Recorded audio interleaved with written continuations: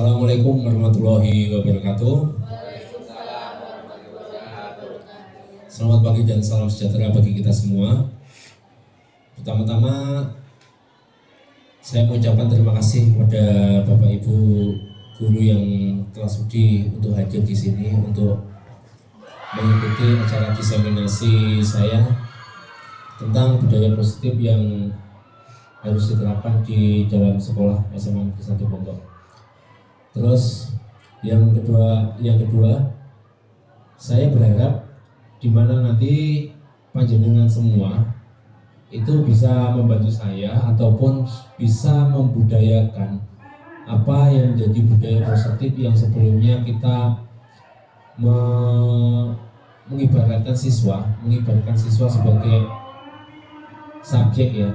Jadi di sini sekarang kalaupun siswa itu kalau yang dulu itu sifatnya untuk pembelajaran teacher center ataupun pembelajaran yang berpusat pada guru, sekarang kita mencoba untuk mengalihkan kepada bahwasanya pembelajaran yang berpusat pada siswa. Jadi siswa itu mempunyai kebutuhan yang harus nantinya kita penuhi satu persatu. Terus sekali lagi saya mengucapkan terima kasih juga kepada Bapak Ibu guru di mana telah mengganggu waktu panjenengan semua itu, dan hari ini tanggal 11 bulan Juni tahun 2024 untuk mengikuti acara saya ataupun acara diseminasi tentang budaya positif sekolah yang tentunya ini merupakan salah satu tugas di mana capaian daripada calon guru penggerak tentang modul 1.1 sampai 1.4 tentang budaya positif yang harus diseminasikan kepada teman-teman ataupun rekan sejawat baik dari teman-teman guru ataupun tenaga kependidikan. Sebelum saya mulai, ini nanti saya akan membagi beberapa acara yang mana nanti ada tiga acara, yaitu yang pertama adalah doa, yang kedua langsung ke materi supaya kita nanti tidak terlalu lama, soalnya kita juga harus mengerjakan input nilai rapot serta untuk penilaian untuk PAT. Terus yang ketiga langsung penutup. Terus untuk memulai acara pagi hari ini, saya mohon untuk Pak Zaki untuk memimpin doa.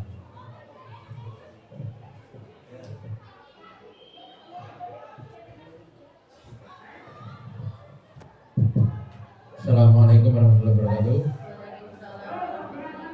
Alhamdulillah, salam sejahtera kita semua. Marilah sebelum acara diseminasi oleh Bapak Ari Purnomo pagi hari ini dilanjutkan, kita berdoa terlebih dahulu semoga acara pada pagi hari ini bisa berjalan dengan lancar dan kedepannya menjadikan buah dan manfaat khususnya pada Pak Ari Purnomo, umumnya pada kita semua. Biridha ilahi bisyafati Rasulullah. Al-Fatihah.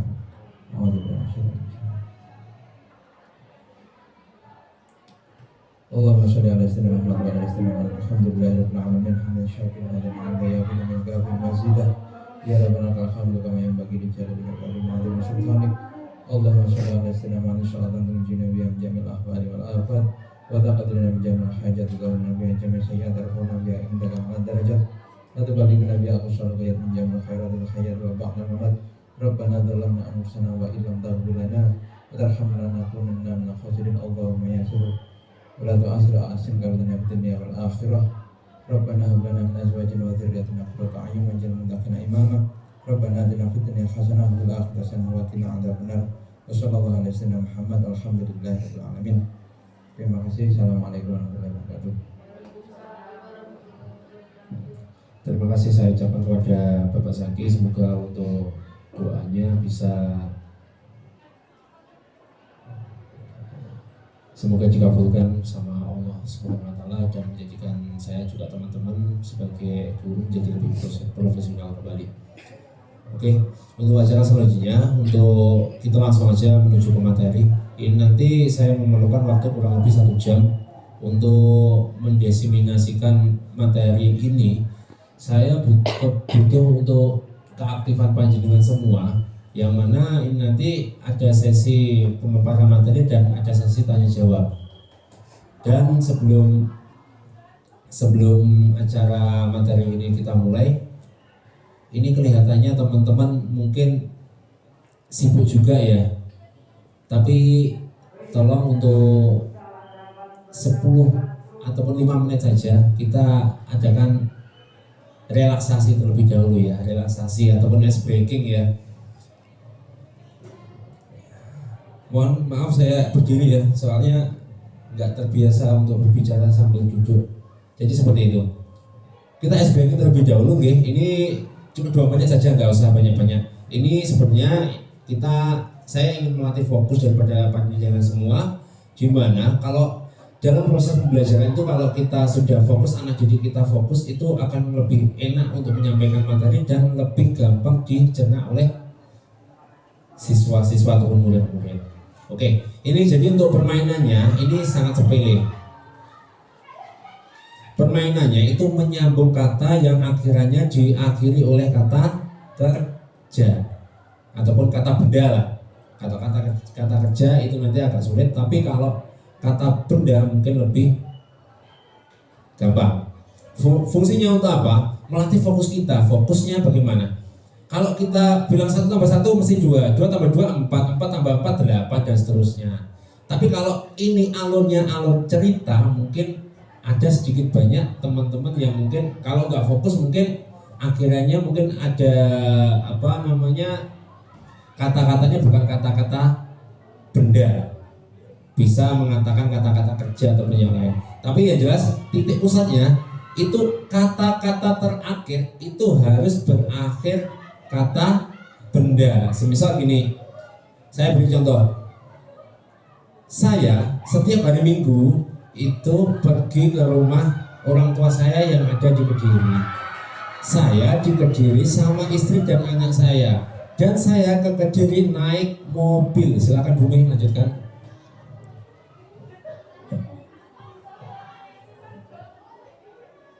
Mobil yang saya kendarai itu bahan bakarnya bensin. Bensin itu menggunakan botol. Botol ya, bener benda ya itu benda. Berarti botol ya terusannya ya. Kata kerja terakhir terus ada terusannya, itu diteruskan menjadi sebuah kalimat. Botol minum punya saya berwarna biru.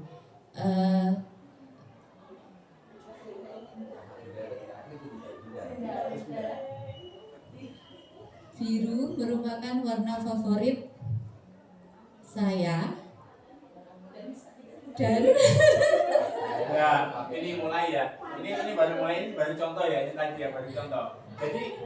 Jadi seperti ini, menyambung kata-kata apa itu sebuah rangkaian kalimat yang diakhiri dengan kata benda, dan kata benda tersebut diteruskan dan diakhiri lagi ke kata benda lagi, gitu ya, paham nggih? Paham. Ini nanti kalau salah waktu dikasih tenggang waktu 5 detik, kalau salah nyanyi balon ada 5 1 kali, setelah itu sudah cukup ya. Belajar dari anak kecil lagi. Jadi seperti itu ya. Oke. Ya, oke, kita mulai ya. Kita mulai. Anak saya usia 4 tahun. Dia seorang cowok yang sangat tampan, dan di mana dia itu ke sekolah naik sepeda. Sepeda itu ada bannya warnanya hitam. Hitam itu merupakan sebuah arang. Coba Bumi. arang itu kan berwarna hitam lah. Arang itu saya gunakan untuk membakar sate. Kemudian Pak Coy. Nah, sate itu bahannya itu kan macam-macam, bisa dari kambing, bisa dari sapi. Nah, tapi saya paling suka itu kalau dari daging dari kambing. Kambing itu adalah salah satu hewan herbivora, makanya adalah rumput. Rumput itu tumbuhnya di halaman depan rumah saya. Depan rumahku banyak sekali pepohonan. 5 detik ya. Pohon ada benda apa? Di bawah pohon ada batu. Batu.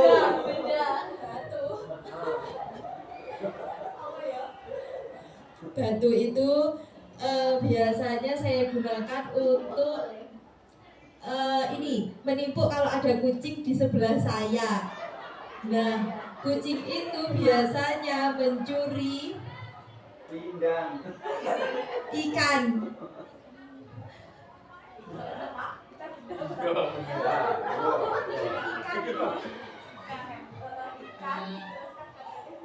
Ikan Rasanya enak. ikan yang biasanya menjadi favorit saya adalah ikan nila.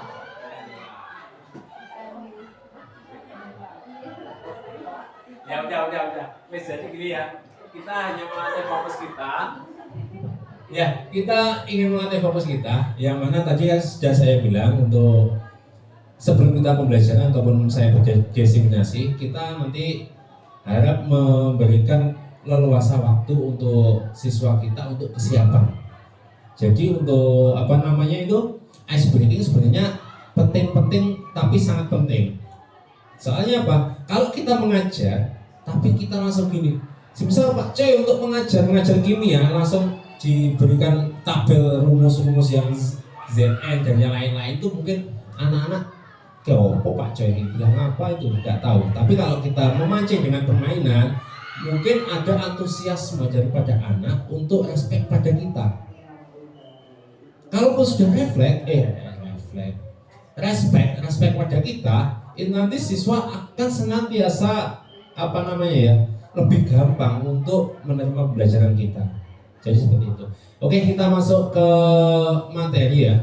Untuk materi penyebaran pemahaman dan penerapan pengalaman budaya positif ini di dalam modul 1.4. Di modul 1 itu ada budaya positif yang mana ini nanti akan saya bagikan ataupun saya diseminasikan kepada panjenengan semua, dan semoga nanti bisa bermanfaat bagi kita semua. Oke. Konsep utama budaya positif itu ada 6, sebenarnya 7 ini, kurang 1 ya. Yang salah satunya yang terakhir itu keyakinan kelas. Satu ada keyakinan kelas. Terus konsep utamanya budaya positif itu yang pertama ada perubahan paradigma belajar. Terus ada disiplin positif, ada kebutuhan dasar manusia, motivasi perilaku manusia, juga posisi kontrol restitusi dan segitiga restitusi. Kita bahas satu persatu. Perubahan paradigma belajar. Pembelajaran dengan paradigma baru merupakan pembelajaran yang dirancang berdasarkan prinsip pembelajaran berdiferensiasi. Terus sehingga para peserta didik belajar sesuai dengan kebutuhan berdasarkan tahap perkembangan sesuai teori psikologi modern untuk mewujudkan profil pelajar Pancasila. Ini sebelum kita lanjut ke materi selanjutnya ataupun slide selanjutnya, berdiferensiasi. Harus digarisbawahi, berdiferensiasi itu bagaimana? Bagaimana kita sebagai guru itu bisa memenuhi apa yang menjadi kebutuhan daripada siswa.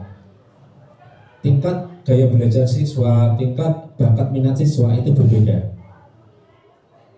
Dalam perbedaan tersebut, maka dari itu guru itu bisa memfasilitasi semua siswa agar semua apa yang menjadi keinginan dia untuk belajar itu bisa terpenuhi. Jadi seperti itu.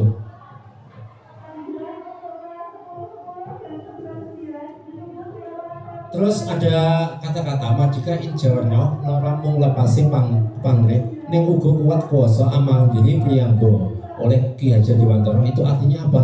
Merdeka itu tidak terlepas dari perintah, akan tetapi juga cakap buat memerintah diri sendiri. Di sini mungkin teman-teman merdeka diri sendiri ya, tapi belum tentu memerdekakan anak didik kita. Masih ada yang di sini ngajarnya, ngajarnya masih apa itu, anak-anak maju ke depan, coba tulis dan yang lain, terus guru menerangkan, hanya menerangkan saja. Ya, kebanyakan kalau guru zaman all itu biasanya guru sebatas di depan seperti ini, hanya menerangkan dan menerangkan, kasih tugas, menerangkan, kasih tugas, kasih menerangkan, yang menerangkan.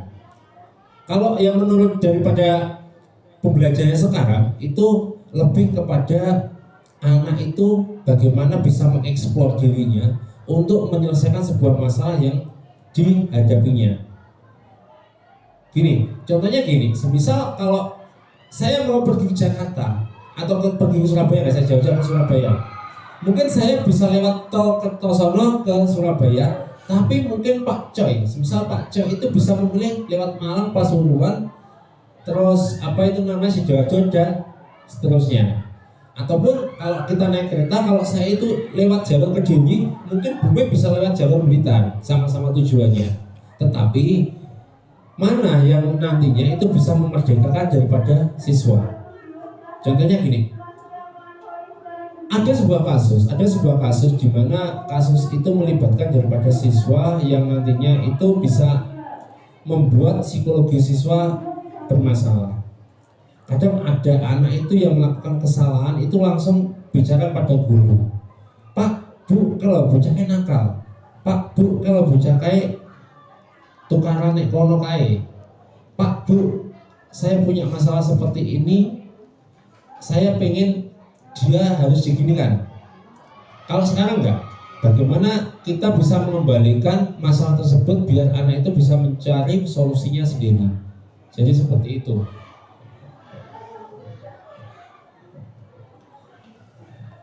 Terus yang kedua ada disiplin. Kata disiplin juga sering dihubungkan dengan hukuman, padahal itu sungguh berbeda. Karena belajar tentang disiplin positif tidak harus dengan memberi hukuman. Justru itu adalah salah satu alternatif terakhir kalau perlu tidak digunakan sama sekali. Ada yang di sini pernah memberikan hukuman kepada siswanya? Ada siswa, semisal siswa tidak mengerjakan PR, ya, ada siswa tidak mengerjakan PR.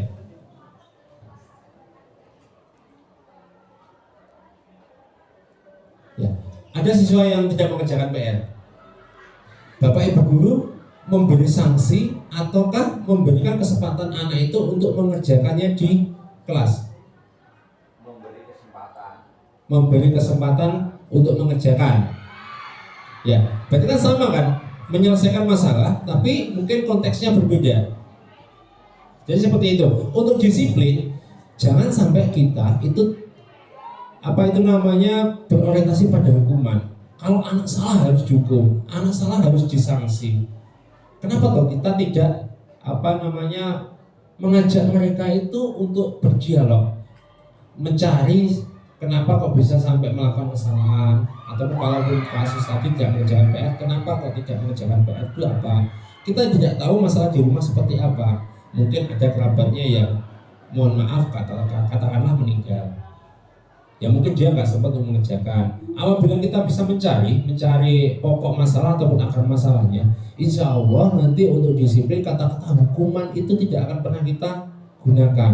Tetapi bagaimana kita bisa mencari solusi itu yang memerdekakan siswa. Ya kayak itu tadi. Semisal kalaupun tidak mengerjakan PR, itu tidak langsung dihukum, langsung disetrap di depan, enggak. Tetapi memberikan kesempatan kepada siswa untuk mengerjakannya di sekolah. Jadi seperti itu. Terus masuk ke disiplin positif. Dalam budaya kita, makna disiplin dimaknai menjadi suatu yang dilakukan seseorang pada orang lain untuk mendapatkan kepatuhan. Kita cenderung menghubungkan kata disiplin dengan ketidaknyamanan. Kalau ada peraturan yang mana itu sifatnya apa? Sifat dari peraturan itu apa? Mengikat ataukah fleksibel? Mengikat. Peraturan itu sifatnya mengikat.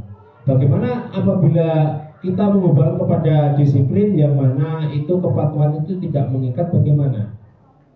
Mestinya kita akan mencari solusi lain. Misal kita ada mengajar di kelas, memang di peraturan sekolah itu ada klausul misal tidak boleh meninggalkan jam pelajaran pas waktu pembelajaran, tidak boleh meninggalkan pembelajaran, gitu aja.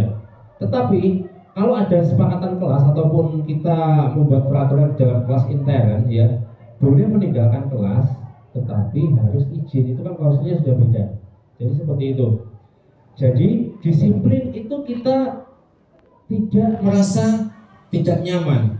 Biasanya kalau orang disiplin, mohon maaf, semisal kalau kita sebagai guru mungkin disiplinnya mungkin nggak terlalu ketat-ketat amat, tapi ya mungkin tetap disiplin. Semisal kayak aparat, semisal mungkin suaminya Bu Wilda telat 5 menit mungkin langsung putar lapangan, soalnya kan memang aparatur sipil, apa itu TNI Polri kan, jadi seperti itu. Terus untuk sebagai pendidik, tujuan kita adalah menciptakan murid-murid yang memiliki disiplin diri sehingga mereka bisa berperilaku dengan mengacu pada nilai-nilai kebajikan universal dan memiliki motivasi intrinsik bukan ekstrinsik. Jadi gini, dalam pembelajaran itu kita tidak menginginkan anak itu keterpaksaan. Ya, kalau larinya keterpaksaan itu akan membuat anak itu tidak bisa menerima pembelajaran yang kita lakukan di dalam kelas. Dan apabila motivasi intrinsiknya itu akan berdominan, insya Allah untuk pembelajaran di kelas akan lebih gampang dan menyenangkan. Terus disiplin positif merupakan salah satu cara menerapkan disiplin yang bertujuan untuk menumbuhkan kesadaran murid untuk melawan sesuatu tanpa sogokan, ancaman ataupun hukuman. Mungkin di sini ada teman-teman yang masih yang memberikan ancaman gini.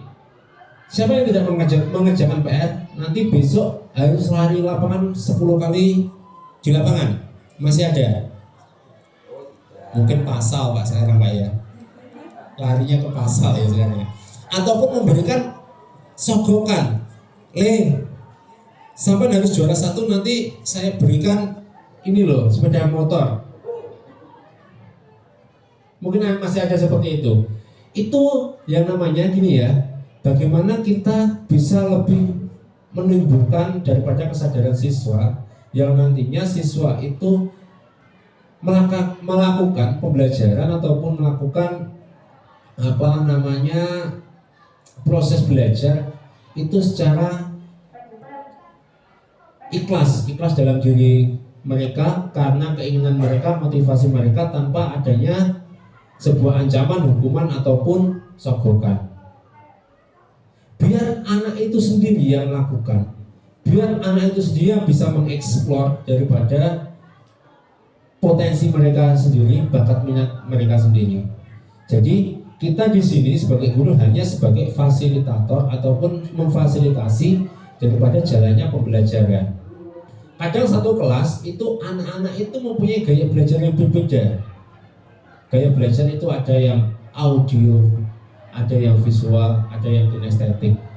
Sekarang kalau semisal untuk pembelajaran kimia, semisal kalau kinestetiknya mungkin kalaupun bagaimana kita mencari CO2, apakah kita harus ke bawah pohon Pak Coy?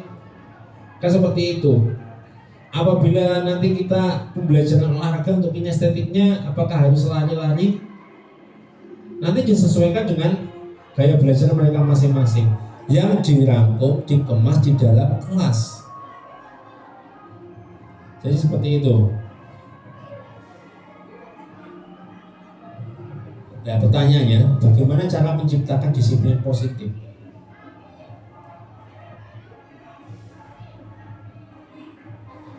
Bagaimana kita bisa menciptakan disiplin positif yang ada di kelas? Jadi, kalau menurut ilmu yang dari modul 1.4 itu yang sudah saya peroleh, itu bagaimana cara kita itu menciptakan disiplin positif. Salah satunya kita meninggalkan bahwasanya untuk pembelajarannya yang teacher center, yang kita harus berubah kepada student center. Jadi kita memperhatikan kebutuhan siswa, bagaimana siswa, bakat minat siswa, dan bagaimana nanti siswa itu bisa memahami dan menerima apa yang sudah kita sampaikan. Jadi seperti itu. Terus sebagai guru kita tidak boleh lupa tentang asesmen ya. Asesmen kebutuhan siswa yang harus panjenengan semua mungkin harus lakukan. Satu persatu siswa itu yang mungkin agak memberatkan, tapi ini memang harus kita memerdekakan siswa.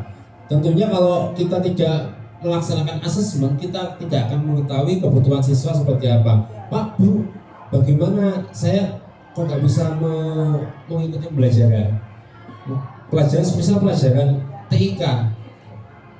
Nah soalnya kenapa? Soalnya ibu cuma hanya teori saja tanpa praktek. Sedangkan saya di rumah tidak punya laptop, saya tidak punya PC, saya tidak punya device untuk pembelajaran. Oh berarti dia lebih cenderung ke kinestetiknya ataupun prakteknya. Kalau sudah praktek mungkin nanti dia akan lebih menonjol daripada yang lain, teman-temannya yang lain yang lebih cenderung pada teori.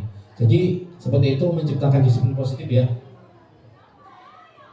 Terus lanjut untuk selanjutnya ada kebutuhan dasar manusia.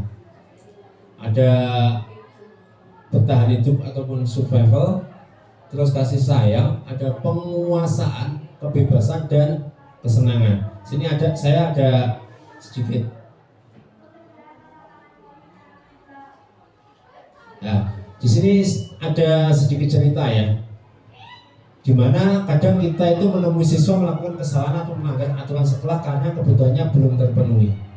Terus di sini ada kasus, mungkin bisa dibaca di belakang ya.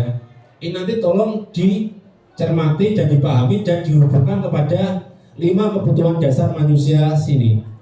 Ini kasusnya ini nanti akan saya buka untuk 5 kebutuhan dasar manusia.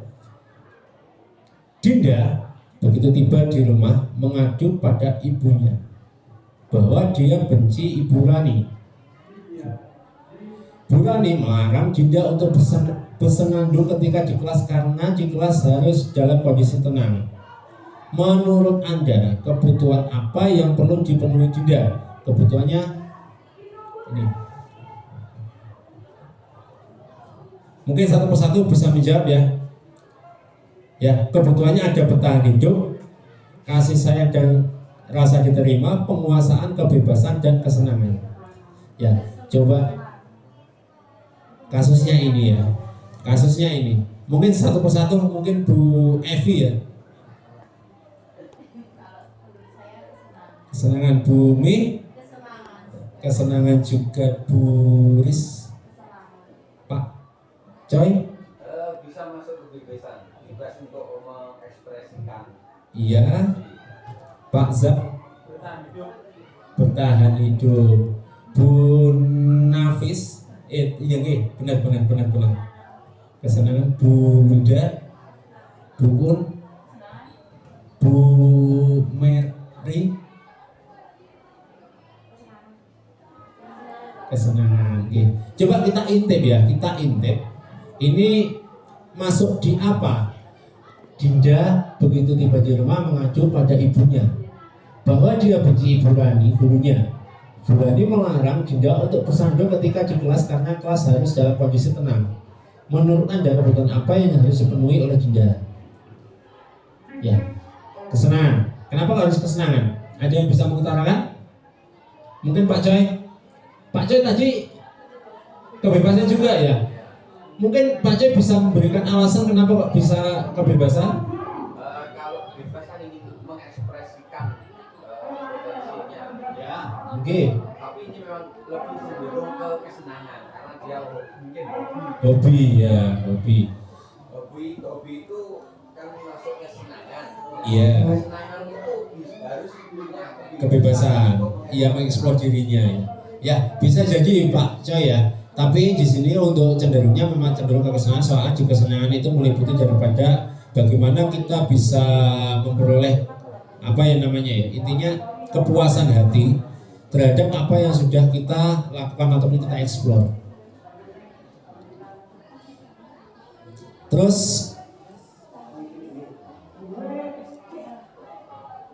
selanjutnya tentang motivasi perilaku manusia.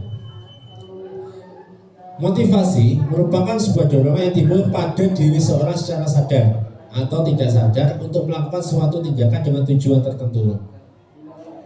Di sini motivasi perilaku manusia itu ada 3 hal yang harus kita cermati juga tentang menghindari ketidaknyamanan dan hukuman. Murid melakukan disiplin diri karena ia takut dihukum. Ini merupakan motivasi ekstrinsik. Masih ada yang mau menghukum, mengancam anak atau memberikan penghargaan bahwasanya kamu harus juara 1 nanti dapat ini. Masih ada seperti itu? Kalau nggak ada, alhamdulillah untuk di sini ya.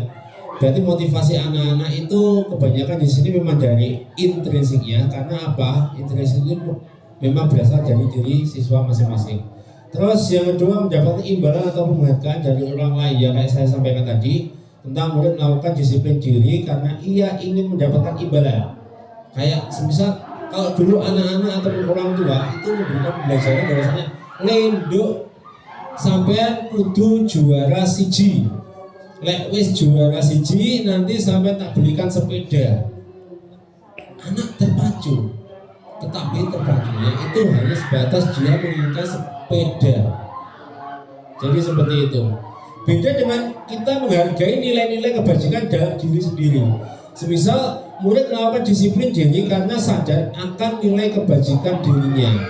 Ini merupakan motivasi intrinsik. Jadi gini, saya punya kewajiban, saya punya tanggung jawab untuk menjadi siswa yang rajin, siswa yang pintar, yang bisa membanggakan kedua orang tua. Itu beda akan menitik beratkan kepada perilaku dia dalam proses pembelajaran. Jadi pembelajaran itu kalau mulainya dari dalam diri anak masing-masing itu akan lebih bisa mengena ya, lebih bisa mengena pada siswa itu sendiri.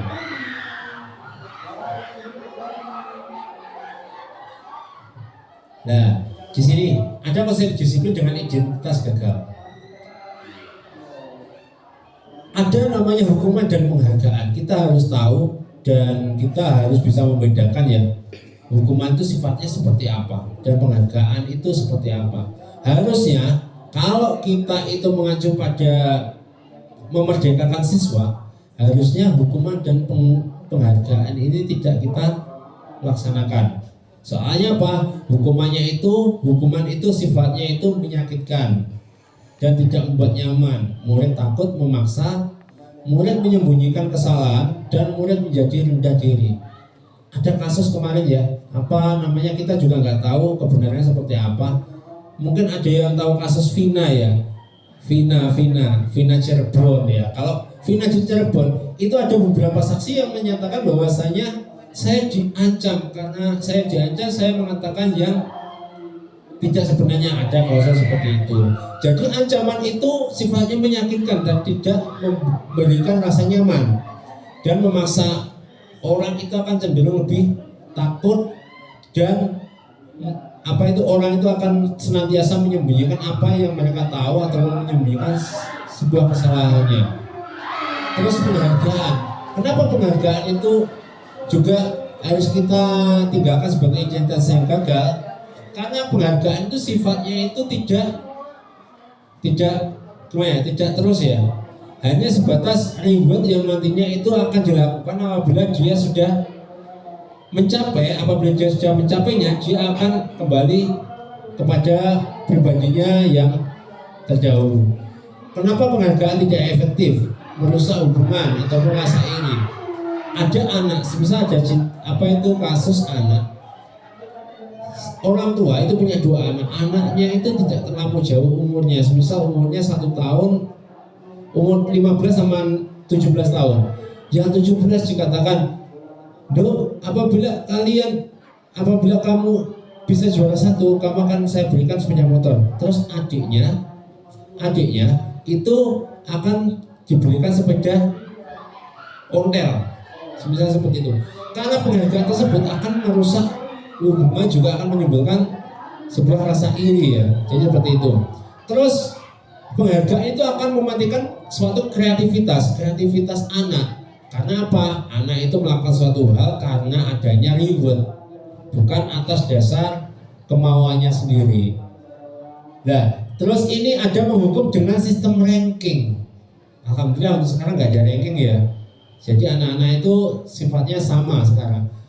Terus merampas hak menghargai dirinya.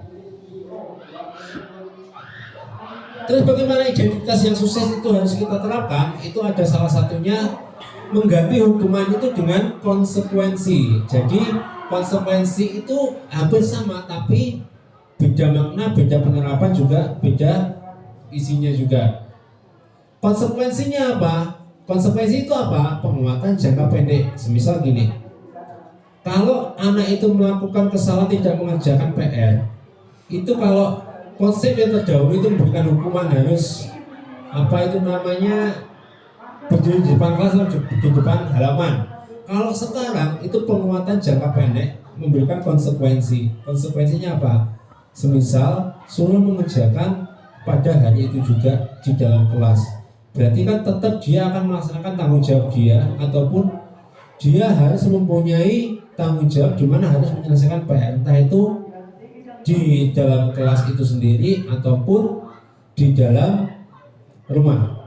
Tetapi kalau memang dia itu melanggar daripada itu, harus mengerjakan di waktu itu juga sendiri. Dan yang kedua, perlu monitoring berkelanjutan. Kalau konsekuensi, misal ada anak yang bolos 5 kali, ada panggilan orang tua. Kalau konsep dulu kalau 10 kali mungkin sudah di out. Kalau sekarang kita akan memberikan kesempatan. Kesempatannya apa?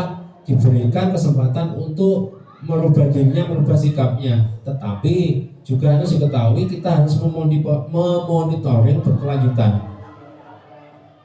Terus selanjutnya, murid menghormati peraturan.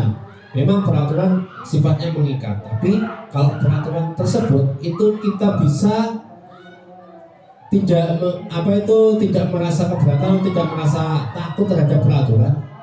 Apabila kita bisa mengubah mindset anak ataupun mindset kita terhadap peraturan sendiri, supaya kita tidak merasa takut. Dengan cara apa? Menghormati peraturan. Kalau sudah menghormati peraturan, itu kita tidak akan pernah melanggar peraturan. Terus yang kedua, yang terakhir, kehilangan waktu untuk merenungi kesalahan.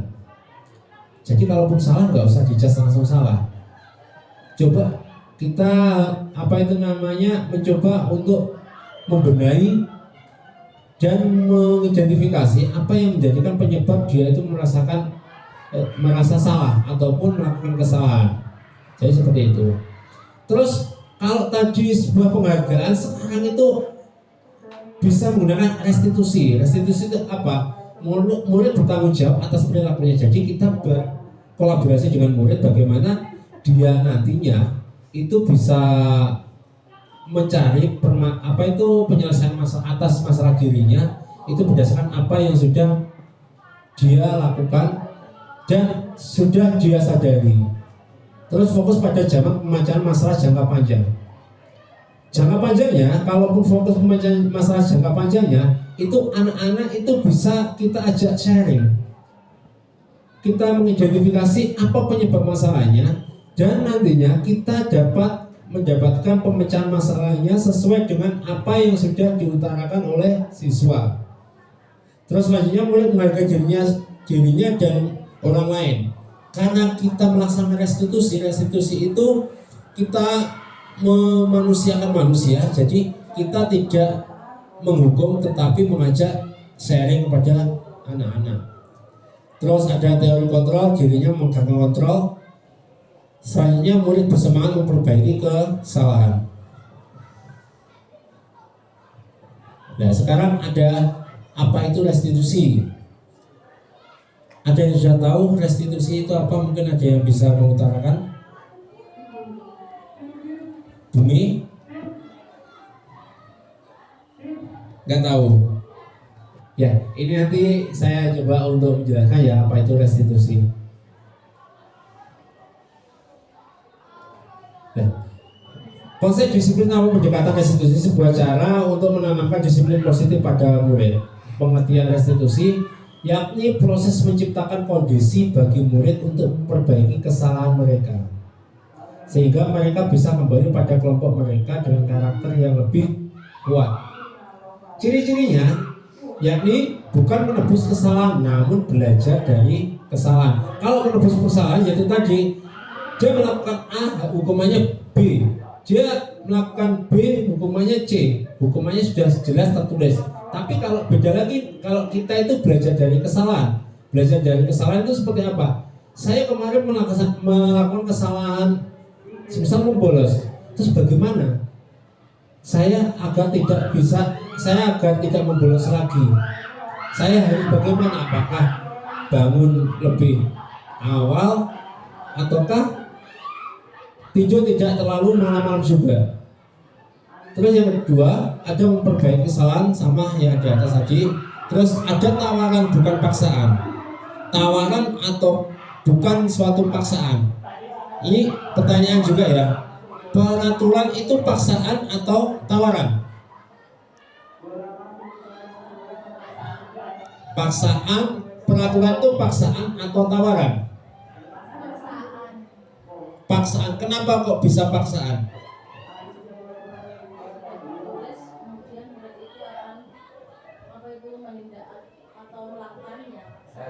Harus melakukannya, mau nggak mau, suka nggak suka, harus melaksanakan.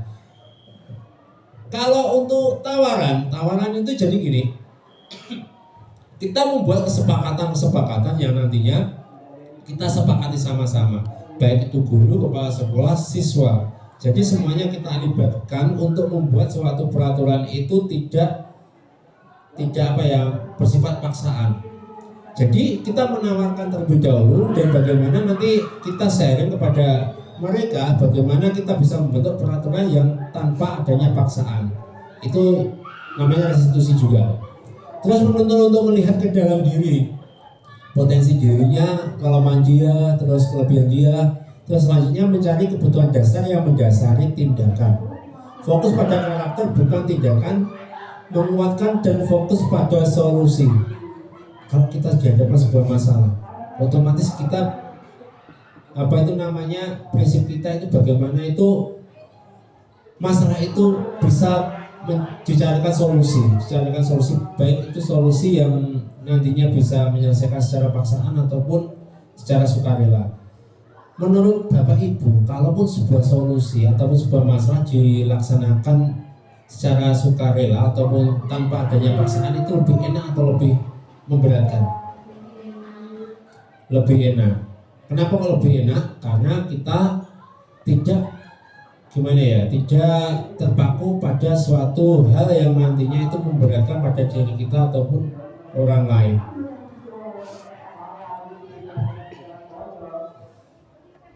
Lanjut, ini ada sebuah kasus siswa tidak membuat PR. Coba bedakan ya antara hukuman, konsekuensi, dan restitusi. Ini tolong dicermati juga. Beda hukuman, konsekuensi, dan restitusi. Kalau ada anak yang sering tidak membuat PR, kalau kita memberikan hukuman, contohnya guru menghukum murid dengan berdiri di depan kelas selama 10 menit. Guru marah dan murid menjadi takut. Itu merupakan sebuah hukuman. Kalau kita memberikan konsekuensi, guru memberikan konsekuensi mengerjakan PR 3 kali lipat. Itu konsekuensi. Guru tegas dan murid menghormati peraturan. Berarti tetap ya beda dengan yang lain. Maksudnya beda dengan teman-teman yang lain perlakuannya. Apabila kita melaksanakan restitusi, itu kita bisa menanyakan keyakinan kelas ataupun dirinya dan membantu murid menyelesaikan masalahnya.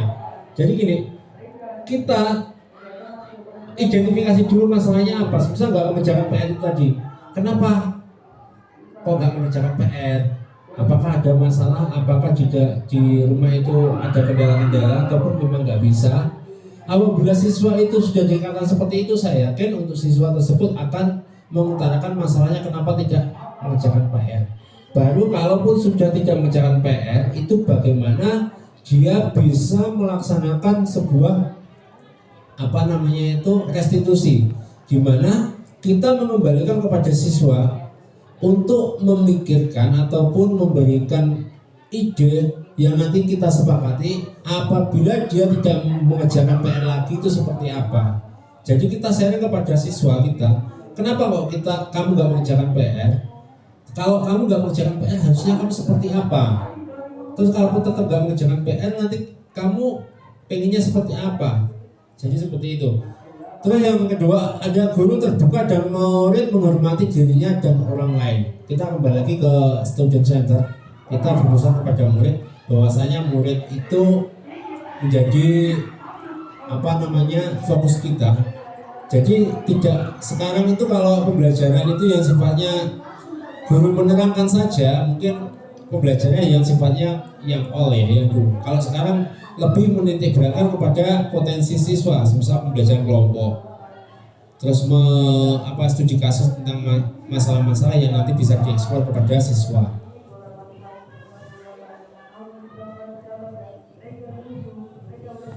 Ya, untuk melakukan restitusi, mari kita pahami posisi kontrol guru.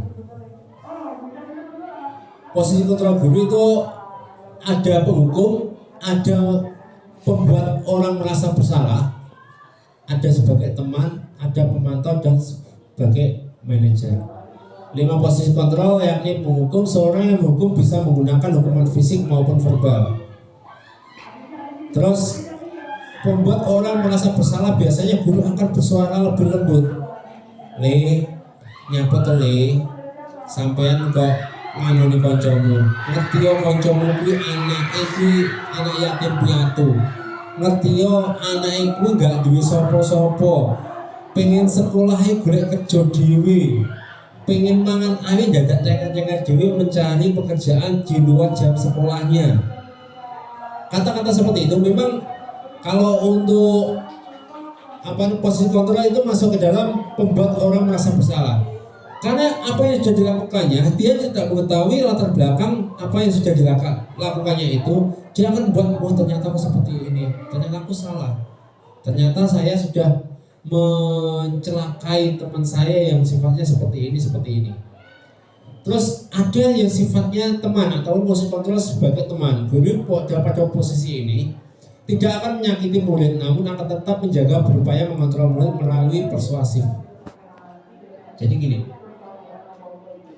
dalam konsep Merdeka Belajar, kita itu menempatkan diri kita sebagai teman daripada siswa, bukan sebagai orang yang memandu, juga mendorong ataupun mengarahkan siswa, tapi lebih ke kita mendampingi siswa.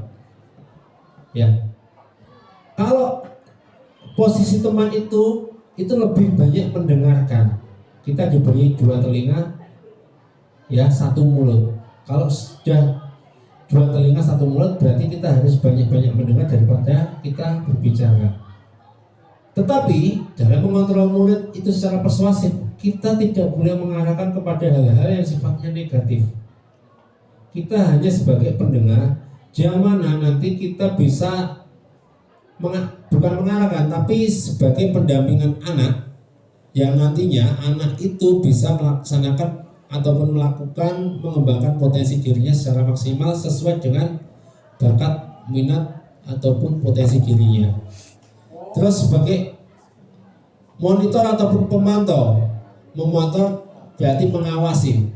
Siapa yang di sini mau guru mengawasi murid satu persatu? Kan nggak mau kan?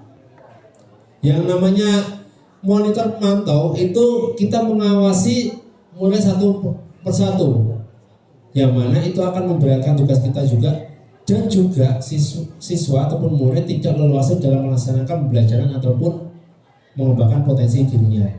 Sebagai manajer yang terakhir, respon yang menunjukkan tanggung jawab guru dalam posisi terakhir manajer adalah posisi mentor, di mana guru berbuat sesuatu bersama dengan murid, mempersilahkan murid mempertanggungjawabkan perilakunya, mendukung murid agar dapat menemukan solusi atas permasalahannya sendiri.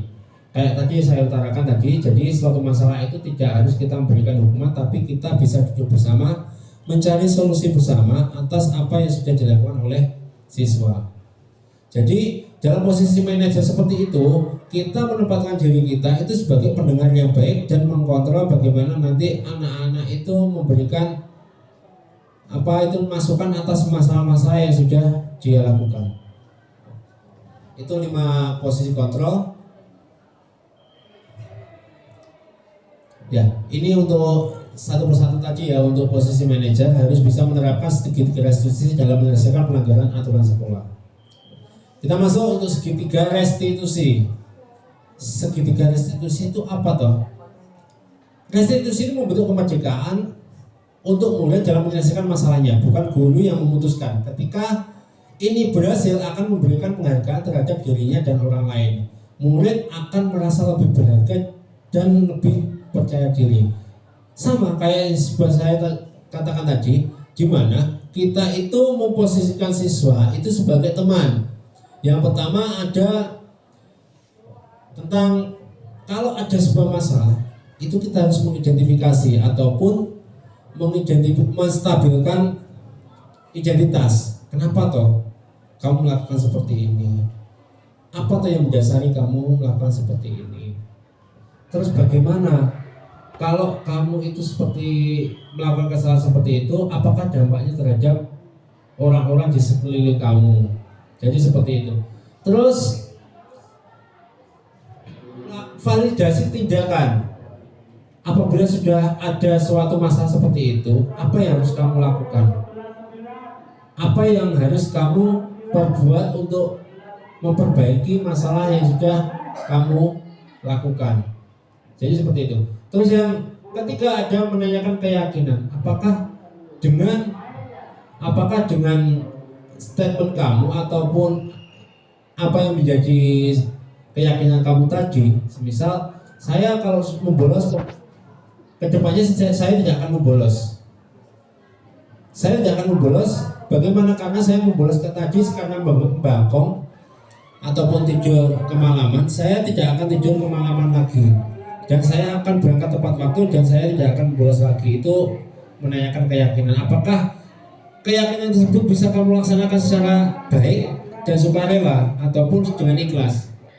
Itu menanyakan keyakinan seperti itu. Jadi biar anak itu menentukan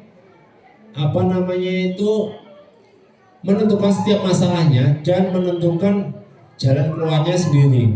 Kita hanya sebagai teman ataupun mediator untuk membantu mereka untuk melaksanakan restitusi tersebut. Restitusi. Ya. Ada tahapan segitiga restitusi, yakni ada 3 tahapan. Yang pertama ada menstabilkan identitas, validasi kebutuhan dan menanyakan keyakinan. Ini tadi sudah saya sempat utarakan sebatas, yakni tidak ada manusia yang sempurna. Bapak Ibu guru juga pernah berbuat salah. Kita tidak mencari siapa yang salah, tapi mencari solusi. Fokusnya kepada solusi dan mencari validasi kebutuhan. Seseorang tidak pernah mengambil pilihan terburuk. Seorang bisa melakukan hal yang lebih baik. Jadi pilihan itu nggak mungkin kita akan memilih yang buruk, tapi lebih baiknya kita bisa memilah ataupun melihat pilihan-pilihan itu supaya tidak menjadi pilihan yang terburuk. Setelah menanyakan keyakinan, menanyakan nilai-nilai kebajikan individu, berbicara tentang tenang dan tidak menyalahkan diri sendiri. Nah sekarang gini, saya ingin sedikit praktek ya, ataupun mungkin dari teman-teman nanti bisa praktek tentang membentuk keyakinan kelas. Saya sebelum membentuk keyakinan kelas, saya pengen mengetahui mimpi-mimpi Bapak Ibu guru terhadap siswa itu seperti apa. Siswa yang Bapak Ibu bayangkan, siswa yang Bapak Ibu idamkan, itu siswa yang seperti apa? Mungkin bisa laku 2 menit ya, 2 menit untuk memikirkan tersebut. Bapak Ibu itu berkeinginan ataupun mempunyai cita-cita memiliki siswa yang seperti apa? 2 menit ya?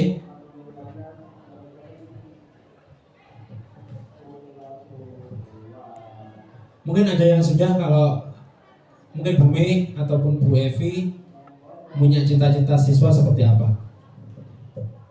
Cita-cita siswa yang ingin didambakan ya Pak, berarti siswa yang saling menghargai antar teman. Biasanya kan kalau di kelas itu banyak anak yang sering membuli atau grup-grupan. Nah itu, jadi saya membentuk keyakinan kelas yang berada di kelas itu, yaitu siswa yang saling menghargai dan menghormati antar teman.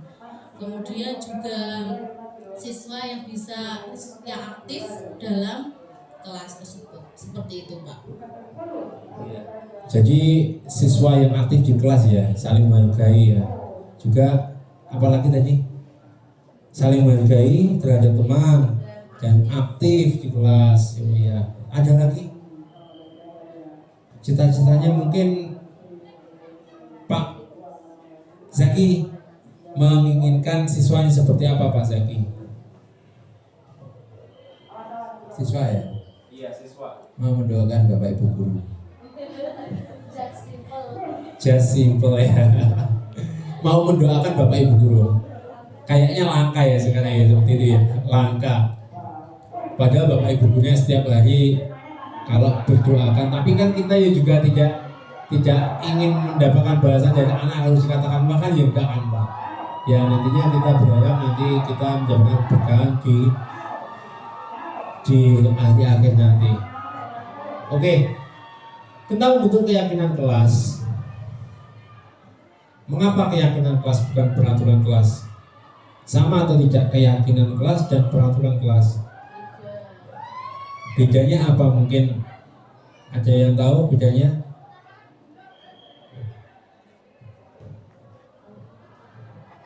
Apa mungkin?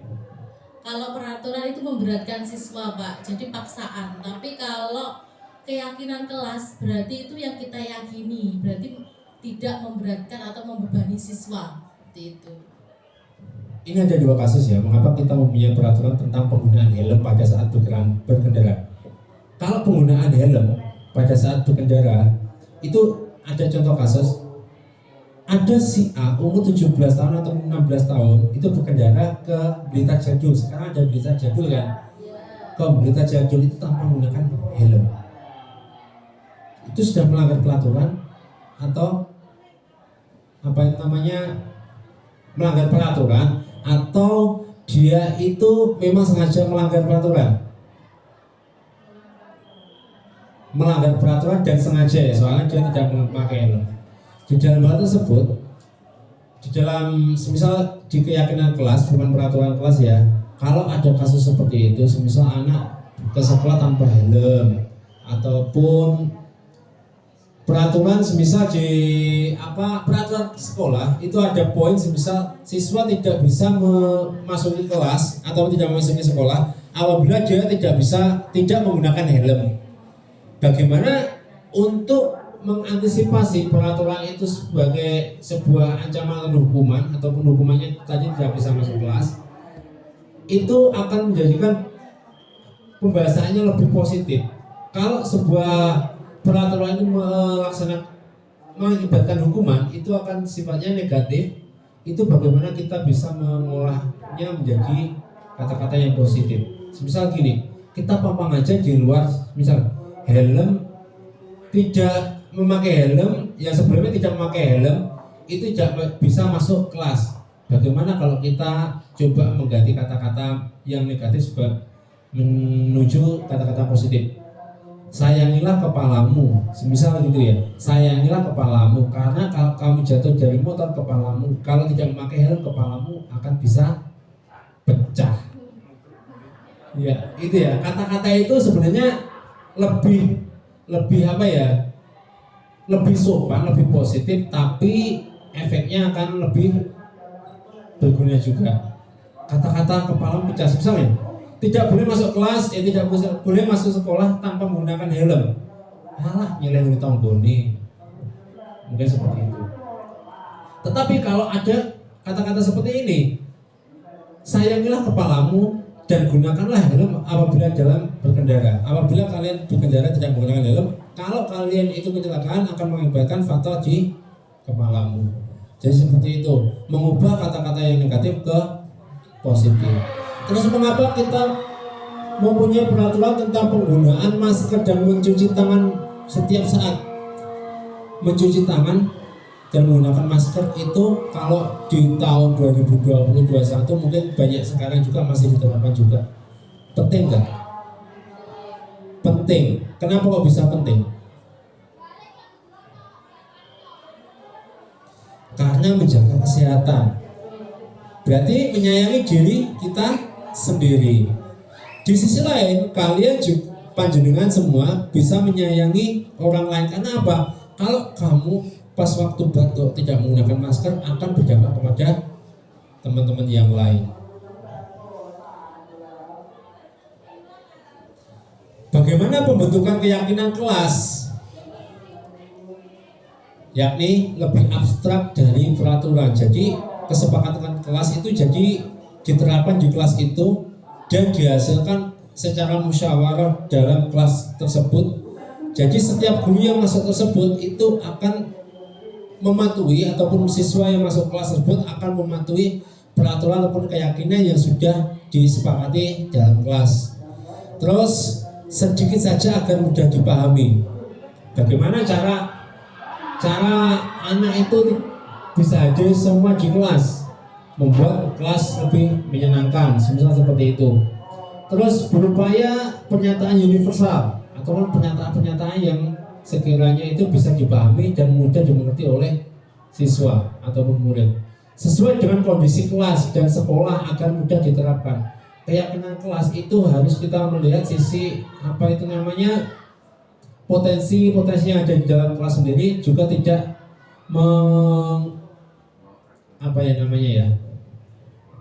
harus sesuai dengan peraturan sekolah sendiri. Tetapi untuk porsi pelaksanaannya itu dilaksanakan di dalam kelas. Terus dibuat dalam bentuk positif dan semua warga kelas dilibatkan saat membuat. Dengan pembiasaan budaya positif, peserta didik SMA 1 Negeri 1 Pongko diharapkan menjadi peserta didik yang memiliki karakter baik sebagai bekal hidup di masyarakat. Mungkin dari diseminasi ini ada beberapa poin yang nantinya harus kita laksanakan. Jadi merubah mindset kita yang dulu itu istilahnya itu sering menghukum anak, tetapi sekarang itu lebih ke restitusi ya, sebagai manajer yang mana kita itu bisa memberikan pilihan-pilihan, bukan memberikan pilihan tapi memfasilitasi siswa agar bisa menentukan pilihannya sendiri, juga bisa menyelesaikan masalah-masalahnya secara mandiri. Jadi seperti itu. Mungkin itu dari saya. Ada pertanyaan mungkin sesi tanya jawab, nggak usah banyak-banyak soalnya nanti ada jam 10 Pak Coy ya untuk mengerjakan rapot. Jam 10 ya. Ya, mungkin ada pertanyaan. Pak Zaki, Pak Coy, Bu Rizka, Bu Kun, Bu Mary, Bu Nurkol, Bu Me, Bu Wilda, Bu Nafis, sama Bu Evi ya. Gak salah Bu ya, saya bilang Bu Evi ya, bener ya. Kadang juga Bu Devi, Bu Evi, Bu Devinya 2 itu. Mungkin Bu Me ada pertanyaan Bu Me? Ya, terima kasih atas waktunya ya Pak Aris. Saya mau tanya, apakah budaya positif ini bisa diterapkan di siswa kita? Itu kan kita tahu latar belakangnya. Biasanya kan kalau dari anak-anak yang laki-laki, nah seperti itu, kita bisa nggak memberikan budaya positif untuk anak-anak biar dia itu muncul motivasi dari dalam, maksudnya bukan eksternal, jadi dari insting dia sadar bahwa saya harus seperti ini loh. Itu bagaimana Pak Ari? Biasanya kan di kelas kan cuma satu, mungkin anak perempuan bisa mengikuti, kalau anak laki-laki seperti itu. Mohon pencerahannya nggih Bapak. Ya, terima kasih Bu Mei. Terus bagaimana kita mengkondisikan siswa laki-laki kita yang cenderung unik-unik semua, unik-unik dan banyak siswa itu juga yang terutama yang Jawa itu yang tidak bisa mematuhi apa yang sudah menjadi keyakinan kita. Ya, kalau menurut saya dalam restitusi tersebut, saya akan memanggil dia, menanyakan kenapa kok bisa tetap seperti itu, apakah keinginan dia, terus bagaimana kita sebagai guru, bagaimana ataupun teman-temannya, bagaimana bisa memfasilitasi dia agar dia itu tidak seperti itu. Jadi apa tuh yang diinginkan dia? Semisal gini, alah saya apa enggak telat lo rapopo kene si nyeneni mulai jasane paling hukum paling mikir hukum neng arep ngadeg sejilut. Nah, kalau sebuah peraturan atau keyakinan kelas itu sudah dibuat ya, atau keyakinan kelas itu sudah dibuat, tetapi anak itu tetap melanggarnya ya, jadi kita bisa bertanya, kalau keyakinan itu sudah dibuat tetapi tetap dilanggar, tergantung bagaimana nanti kita akan mengembalikan kepada siswa tersebut pilihan-pilihannya. Maksudnya gini, kalau sudah ada kesepakatan seperti ini, kamu tetap melaksanakan seperti ini, maumu seperti apa? Coba kami akan menuruti apa yang kamu mau. Ya mungkin dulu pas waktu membuat kesepakatan kelas dia betul nggak masuk ataupun gimana, kita juga nggak tahu dulu. Apabila keyakinan kelas itu sudah dibuat, itu juga harus melibatkan semua elemen yang ada di kelas. Misal ada wali kelas, guru, juga siswa, siswi yang ada di kelas tersebut. Jadi mau nggak mau, kalau sudah dibilang keyakinan kelas, itu berdasarkan atas keyakinan ataupun kesepakatan yang sudah disepakati bersama. Kalau masih ada seperti itu, anak seperti itu, ya coba kita bisa berbicara secara persuasif. Keinginan dia seperti apa, mungkin kita bisa memasukkan dalam kesepakatan yang ada di dalam kelas tersebut. Jadi seperti itu. Mungkin ada lagi Bumi ataupun mungkin sudah puas? Sudah puas Pak, terima kasih. Ya, terima kasih Bumi. Untuk selanjutnya ada lagi mungkin teman-teman.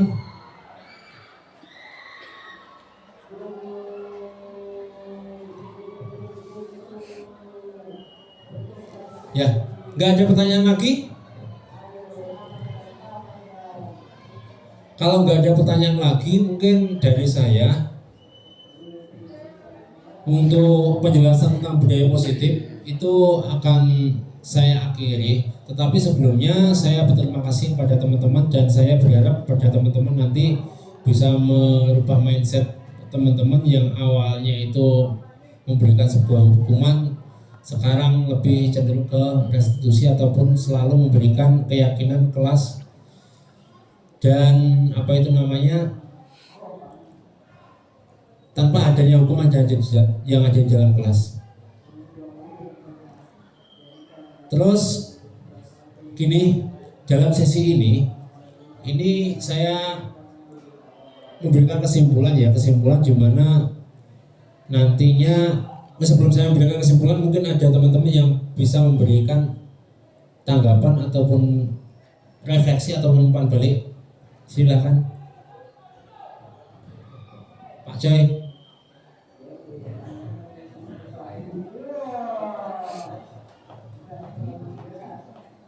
Bisa begini.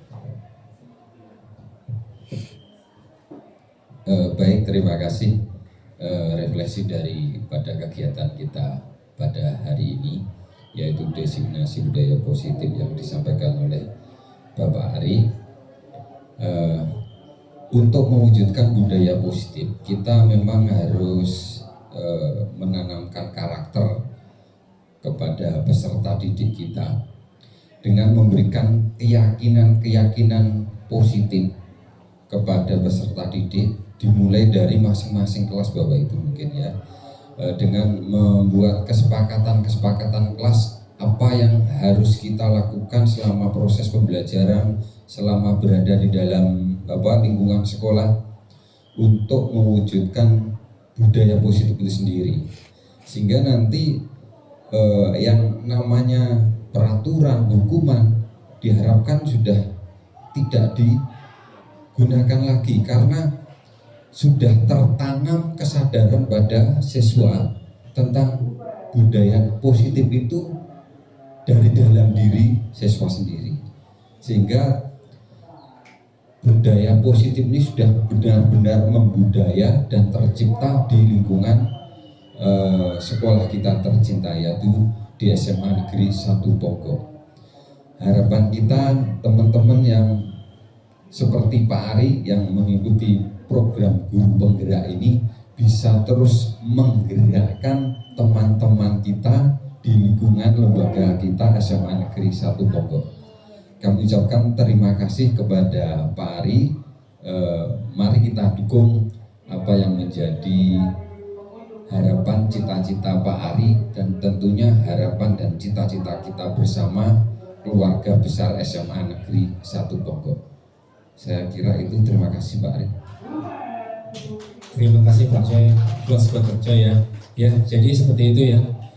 Ini saya berharap pada teman-teman nanti semuanya bisa berubah mindset ya. Ternyata mindset kita yang awalnya itu siswa dapat hukuman, sekarang kita bisa merubah kepada kesadaran diri yang mana siswa itu bisa menyadari dirinya sendiri. Jadi seperti itu. Mungkin sampai sini ada pertanyaan sebelum saya akhiri. Kalau tidak ada pertanyaan, mungkin saya mengucapkan terima kasih banyak kepada teman-teman semua di sini yang mana telah mau dan mampu untuk menghadiri dan mendengarkan daripada diseminasi budaya positif yang saya lakukan. Terus tak lupa mungkin nanti saya mohon pada panjenengan semua agar senantiasa sedikit banyak bisa menerapkan tentang budaya positif tersebut kepada kelas-kelas yang panjenengan semua mampu. Seperti itu. Mungkin dari saya cukup sekian, adapun kurang lebihnya saya mohon maaf. Saya akhiri. Assalamualaikum warahmatullahi wabarakatuh.